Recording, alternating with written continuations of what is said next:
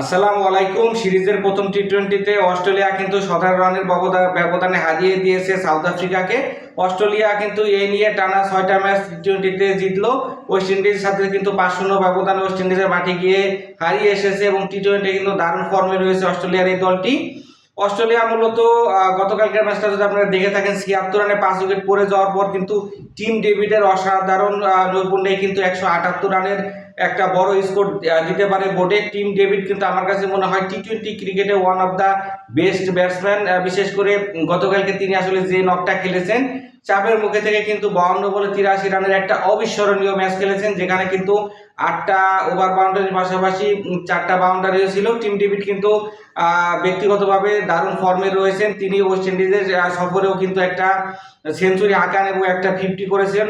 আমার মনে আছে 2টা ম্যাচ কিন্তু তিনি সিঙ্গেল হ্যান্ডেডলি জিতিয়েছিলেন এবং তিনি তার হাতে যে শক্তি রয়েছে, আসলে বিশ্বের যে কোনো বাউন্ডারি কিন্তু তার কাছে কিছু না। টিম ডেভিড কিন্তু এই ম্যাচটা অস্ট্রেলিয়াকে জিতিয়েছে এবং তিনি কিন্তু প্লেয়ার অফ দ্য ম্যাচ নির্বাচিত হয়েছেন। অস্ট্রেলিয়া কিন্তু প্রথমে ব্যাট করতে নেমে শুরুটা একদমই বাজে হয়। এখানে হচ্ছে 30 রানের মধ্যে তিনটা উইকেট পড়ে যায়, মিচেল মার্শ চলে যায়, ইংলিশও সুন্দর রানে আউট হয়ে যায়। পরবর্তীতে এখানে কিন্তু ভালো খেলেন হচ্ছে ক্যামেরন গ্রিন কিন্তু 13 বলে 35 রানের অসাধারণ ক্যামিও খেলেন।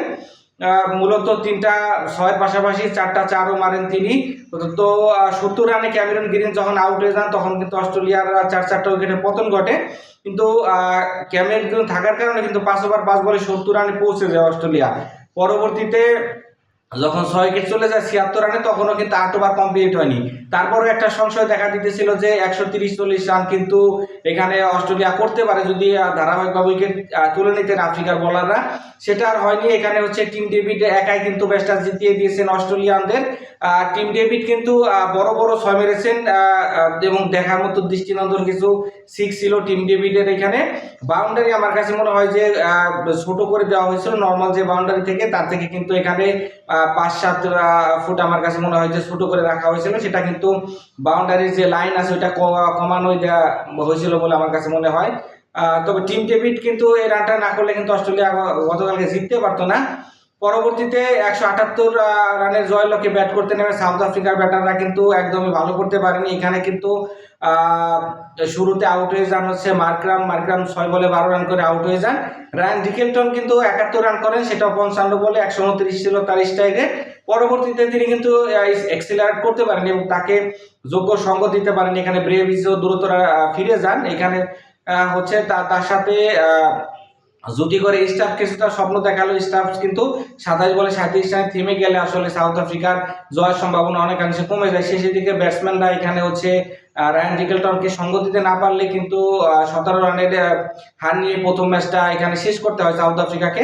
বল হাতে কিন্তু অস্ট্রেলিয়ার বলাররা যথেষ্ট ভালো বল করে। এখানে হচ্ছে মিচেল স্টার্ক 3 উইকেট নেন, ডরসাস 3 উইকেট নেন, পাশাপাশি অ্যাডাম জাম্পাও কিন্তু 2টা উইকেট নেন। সরি, মিচেল স্টার্ক না, স্টার্ক কিন্তু এখানে খেলেনি। হ্যাজেলউড কিন্তু অসাধারণ বল করে 3টা উইকেট শিকার করে নেন। আগামীকালকে দ্বিতীয় টি-20তে মুখোমুখি হবে এই দুই দল। সাউথ আফ্রিকা অবশ্যই বাউন্স ব্যাক করতে চাইবেন এবং অস্ট্রেলিয়া কিন্তু আরেকটা ম্যাচ অবশ্যই জিততে চাইবেন। সকলে ভালো থাকবেন। আল্লাহ হাফেজ।